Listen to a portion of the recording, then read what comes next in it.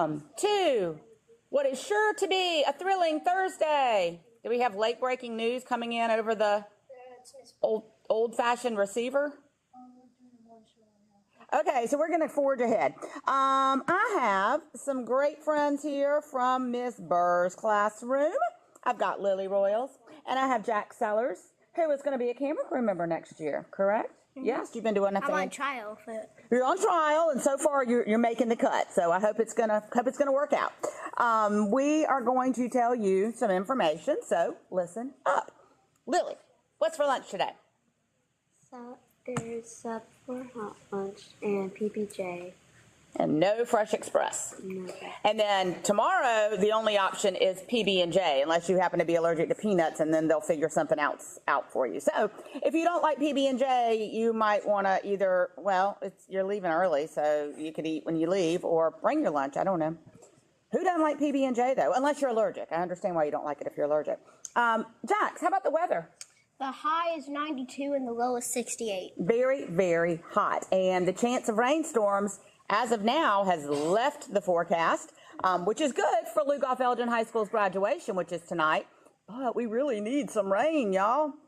Okay. All right. So these things went home. If not already, they will go home with you in the next day or two. This is your summer reading log. It starts today or whenever you want to get started. We are Win with 10 if you're going to be an elementary school student next year. If you're going to middle school, you're Strive for 5.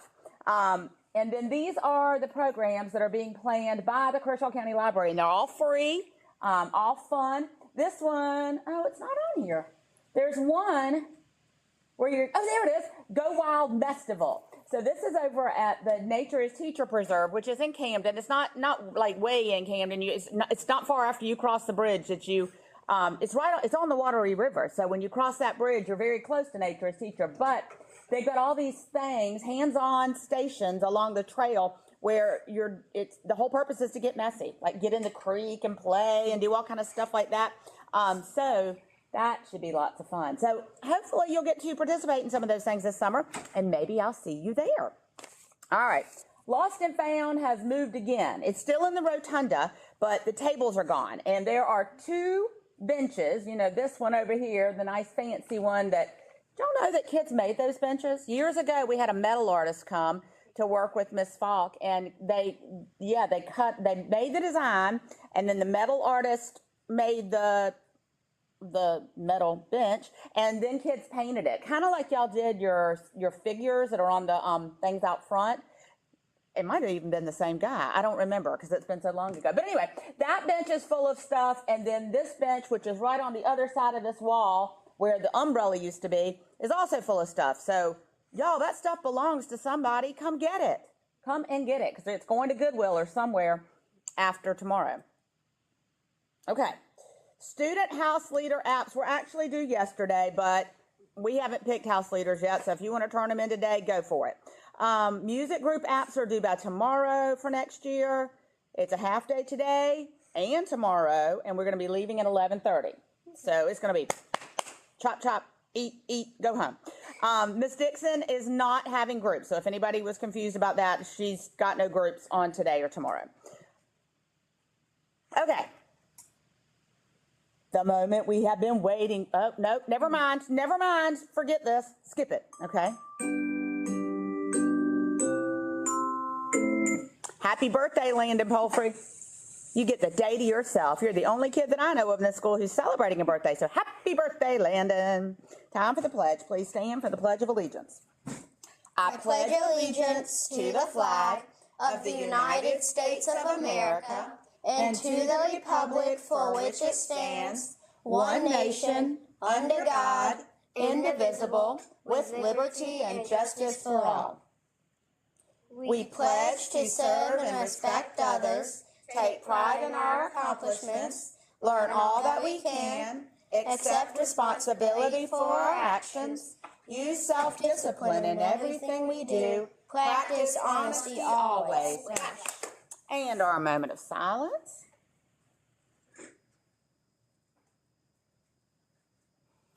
And you have a joke, Jax. Let's hear it.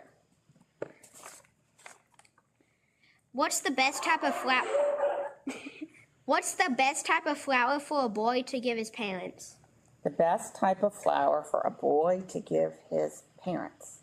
A sunflower. A sunflower. That's pretty perfect. Pretty perfect. And Lily, you picked out a great quote. Let's hear it. Sometimes it is more important to discover what one cannot do than what one can do.